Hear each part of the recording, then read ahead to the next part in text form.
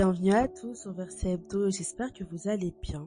Aujourd'hui, je veux vous parler de persévérance, de foi et de la bénédiction que Dieu nous accorde lorsque nous persévérons dans sa présence.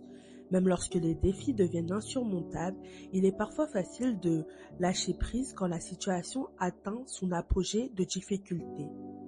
Mais je vous encourage.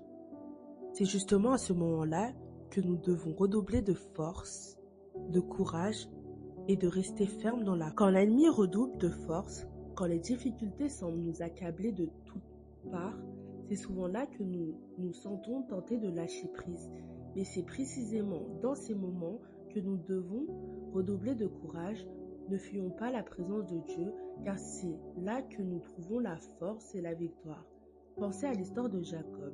Il a combattu toute la nuit avec l'ange de Dieu et il a dit « Je ne te lâcherai pas tant que tu ne m'auras pas béni ». Cette persistance, cette ténacité l'a transformé. Il est sorti de ce combat béni, mais aussi changé, transformé. Il y a des situations dans la vie où nous devons persister, où Dieu nous appelle à tenir bon. Peut-être que tu es dans une de ces situations en ce moment. Dieu veut parfois nous amener à comprendre l'essence de la bénédiction avant de nous la confier.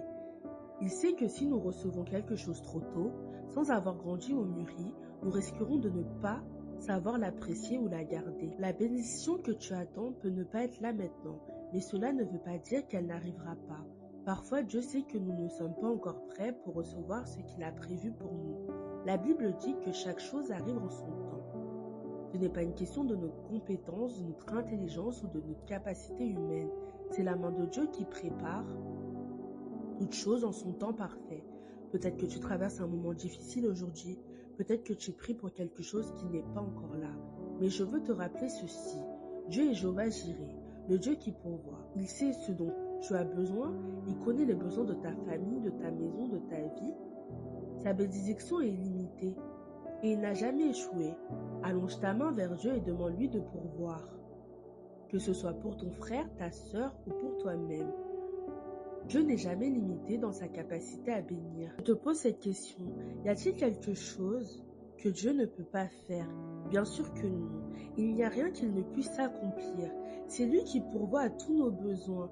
Il est la source de toutes nos bénédictions. Nous pouvons prier, nous pouvons soutenir les uns les autres, mais c'est Dieu et seul Dieu qui pourvoit. Alors aujourd'hui, je t'invite à parler de l'Éternel, à l'invoquer. Quelle que soit ta situation, ne perds pas espoir. Comme moi, comme chacun de nous, tu peux prier et Dieu entendra.